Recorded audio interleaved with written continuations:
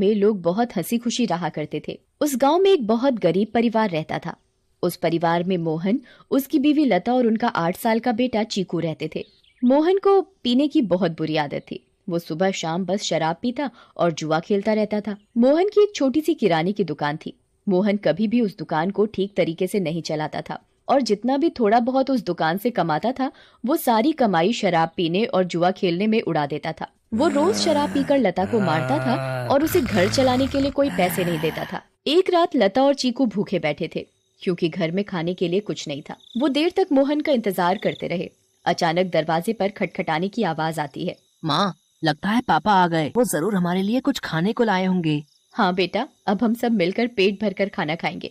लता जल्दी से दरवाजा खोलने जाती है। जैसे ही वो दरवाजा खोलती है तो देखती है कि मोहन के दोस्त मोहन को पकड़कर खड़े हैं और मोहन नशे की हालत में है। अरे भैया, इतनी रात को आप लोग?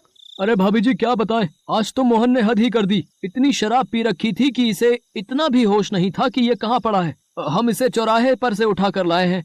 अगर कोई गाड़ी वाला कुचल जाता तो बताओ, आप लोगों की तो जिंदगी खराब हो जाती। हाँ भाभी जी, बस आप लोगों का सोचकर हम इसे यहाँ ले आए, वरना तो इसका सबके साथ ऐसा व्यवहार है कि कोई इसकी मदद ना करे। मोहन के दोस्त मोहन को कमरे में ले जाकर लिटा देते हैं और वहाँ से चले जाते हैं। बेटा चीकू, आज हमें फिर से भूखा ही सोना पड़ेगा। मैं तेरे पापा के भरोसे तुझे और भूखा नहीं रख सकती।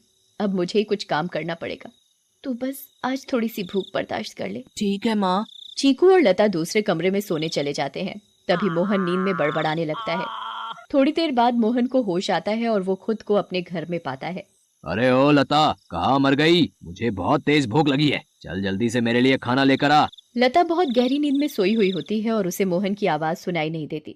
मोहन 4-5 बार आवाज देता है पर लता नहीं उठती। मोहन गुस्से से लाल हो जाता है और कमरे में रखे एक मोटे से डंडे को उठाता है और दूसरे कमरे में जाता है जहाँ लता और चीकू सो रहे होते हैं। वो डंडे से लता को बुरी तरह पीटने लगता है। लता अचानक नींद से उठ खड़ी होती है। बचाओ बचाओ, मुझे मत मारो। मैंने क्या किया? मेरी क्या गलती है जो आप मुझे ऐसे बुरी तरह मार रहे हो? मैं आधे घंटे से आवाज दे रहा हूँ कि मुझे खाना दे दे और तू यहाँ घोड़े बेचकर सो रही है, हैं? ऊपर से मेरे साथ जुबान लड़ा रही है। मोहन लता को बहुत मारता है। आवाज सुनकर चीकू भी नींद से उठ जाता है। वो अपनी माँ को बचाने की बहुत कोशिश करता है पर मोहन किसी की नहीं सुनता और लता को बहुत मारता है। अगली सुबह जब लता उठती है तो उसे बाहर कुछ शोर सुनाई देता है। वो बाहर जाकर देखती है तो लोगों की भीड़ लगी होती है। लता पास जाती है और पूछती है, क्या हुआ रजनी भाभी? अरे तुम्हें नहीं पता क्या? क्या नहीं पता, बताओ क्या हुआ? यही कि चंपा के पति को कल रात एक चुड़ैल उठाकर ले गई। क्या? ये कैसी बातें कर रही हो भाभी आप? चुड़ैल वुड़ैल कुछ नहीं होता। आप भी किसी की बातों पर यकीन कर रहे हो। यकीन कैसे ना हो बहन, मैंने खुद अपनी आंखों से उस भयानक चुड़ैल को देखा है। उसके लंबे बाल, लंबे लंबे नाखून और दांत, उसकी लाल आंखें और डरावना चेहरा मैं कभी नहीं भूल सकती। जब मैं आधी रात को पानी पीने के लिए उठी तो थोड़ी ठंडक लेने के लिए खिड़की पर खड़ी हो गई थी और तभी मैंने देखा कि एक चुड़ैल चंपा के पति को हवा में उड़ाकर ले जा रही है। ऐसी बात है तो हमें संभल कर रहना होगा और शाम होते ही अपने घर के खिड़की दरवाजे बंद करने होंगे। अब बिल्कुल सही कहा लता भाभी आपने। सब अपने घर चले जाते हैं। लता भी काम ढूंढने निकल पड़ती है। वो घर घर जाकर काम मांगती है पर उसे कहीं काम नहीं मिलता। अंधेरा होने लगता है और आखिर में उसे सरपंच मिलता है। क्या हुआ लता, बड़ी परेशान दिख रही है? बस क्या बताऊं सरपंच जी, चीकू के पापा का तो सभी को पता है कि वो ठीक से कमाते तो है नहीं और जो कमाते हैं उसे दारू में उड़ा देते हैं। इसीलिए मैं ही काम ढूंढ रही हूँ ताकि अपना और अपने बच्चे का पेट भर सकूं। ऐसी बात है तो मेरे पास एक काम है।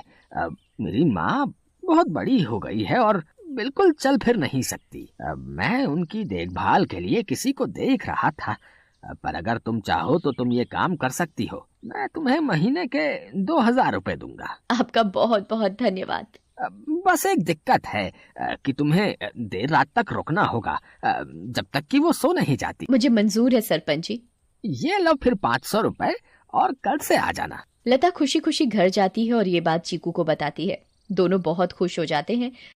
तभी वहाँ मोहन आ जाता है। क्या बात है, किस बात की इतनी खुशी मनाई जा रही है? मुझे उनकी बड़ी माँ का ध्यान रखना होगा जिसके बदले वो मुझे पूरे 2000 रुपए देंगे। तू कहीं भी जाकर मर, मुझे कोई फर्क नहीं पड़ता, बस मुझे दारू पीने के लिए पैसे मिलने चाहिए।